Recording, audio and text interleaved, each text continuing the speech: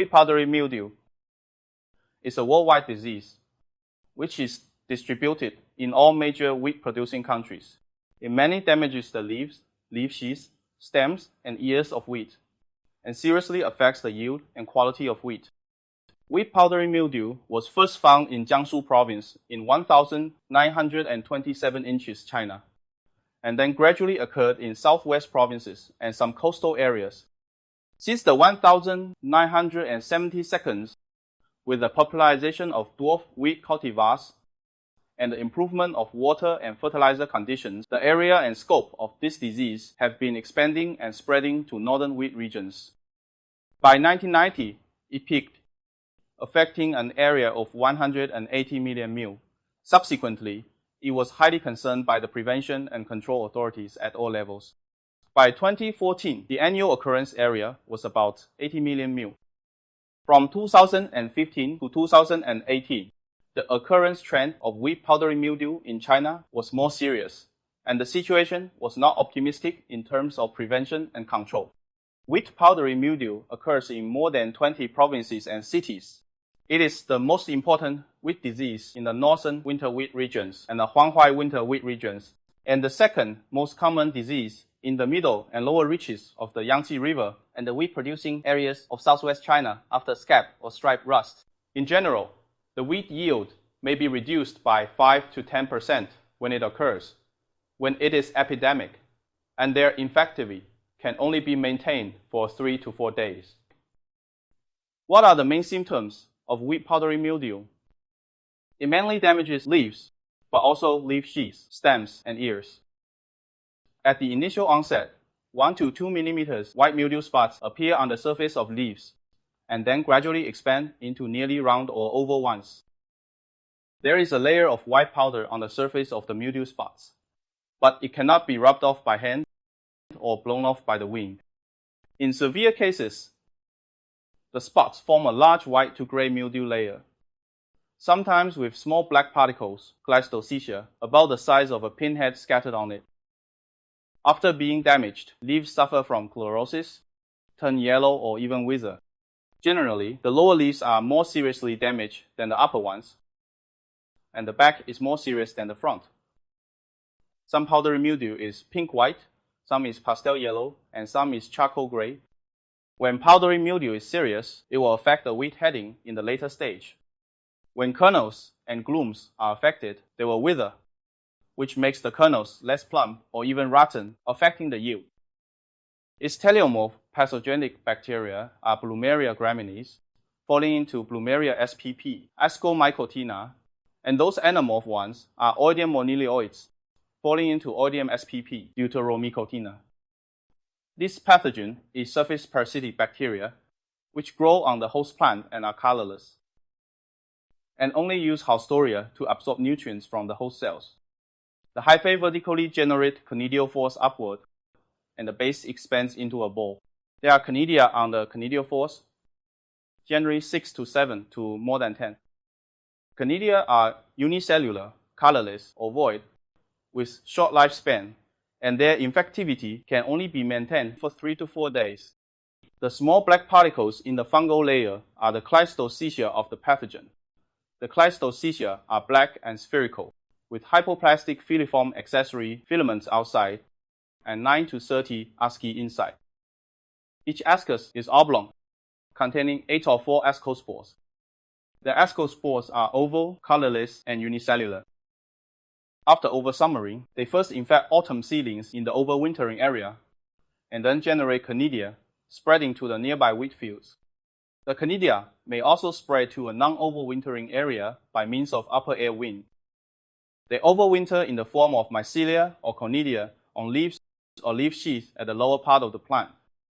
The main factors that affect the survival rate of pathogenic bacteria in winter are temperature and humidity. If it is warm in winter with more rain and snow or high soil humidity, it is conducive to the overwintering of pathogen. In the next spring, they resume their activity, generate a large number of conidia, and spread with the air currents for multiple reinfections. The conidia and ascospores of pathogen spread by means of air currents, and the pathogen may travel long distances by means of upper air wind.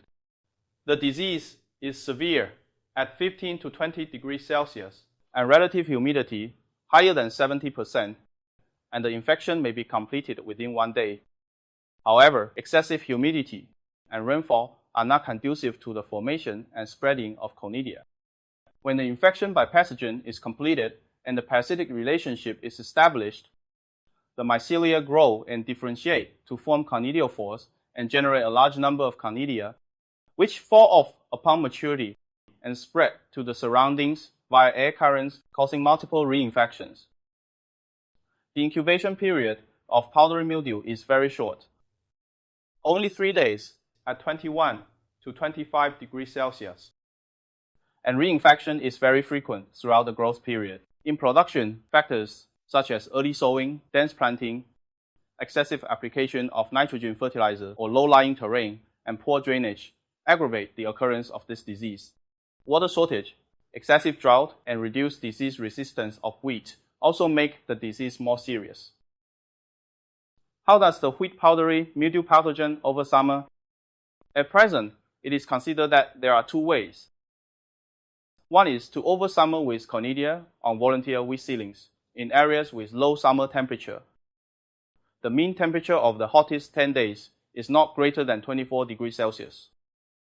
Or on wheat plants sown in summer, such as Guiyang in Guizhou, Ya'an in Sichuan, Northwest Hubei in Hubei, and Northern Henan in Henan. Because they are not resistant to high temperature, conidia have a very short lifespan in summer, usually only about 4 days. The other is to oversummer as Cleistophysia on plant residues under low temperature and dry conditions. In places such as Henan and Jiangsu, it is very common that Cleistophysia are blended in wheat seeds and have high survival rate, which is the main source of primary infection for local autumn seedlings. The Cleistophysia stored in places such as Xinjiang, Jilin, and Heilongjiang are still active in late October and may become a source of primary infection for autumn seedlings. In most cases, however, it is difficult for the Cleistophysia to oversummer. After oversummering, they first infect autumn seedlings in the overwintering area and then generate conidia spreading to the nearby wheat field. The conidia may also spread to a non-overwintering area by means of upper air wind. The prevention and control of wheat powdery mildew mainly involves the following measures. First, plant disease-resistant and disease-tolerant cultivars. Natural disease-resistant cultivars such as Chuanmai 25 and Mianyang 26 may be used. The disadvantage is that it often leads to the loss of disease resistance of cultivars because the wheat powdery mildew pathogen is obligate parasite with rapid variation. In 2014, the Chinese Academy of Sciences used genome editing to achieve the targeted insertion of MLO gene in wheat, providing important starting materials for wheat powdery mildew resistant breeding. Second, reduce the sources of primary infection.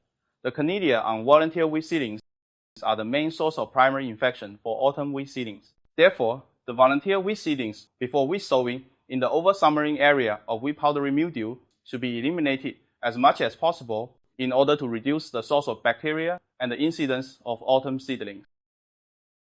Third, strengthen cultivation and management. Increase phosphorus and potassium fertilizer appropriately and apply nitrogen fertilizer without bias in order to improve the disease resistance of plants. Timely drainage in rainy season to reduce field humidity, and water the wheat regions in the north at the right time to enhance the disease resistance of plants. Fourth, proper chemical control.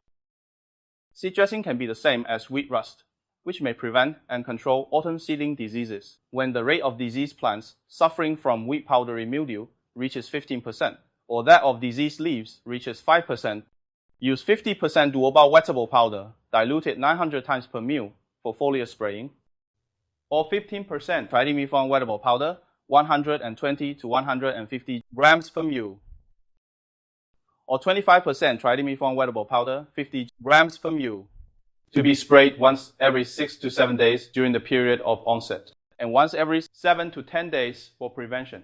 Boys and girls, that's all today for wheat powdery mildew. See you next time.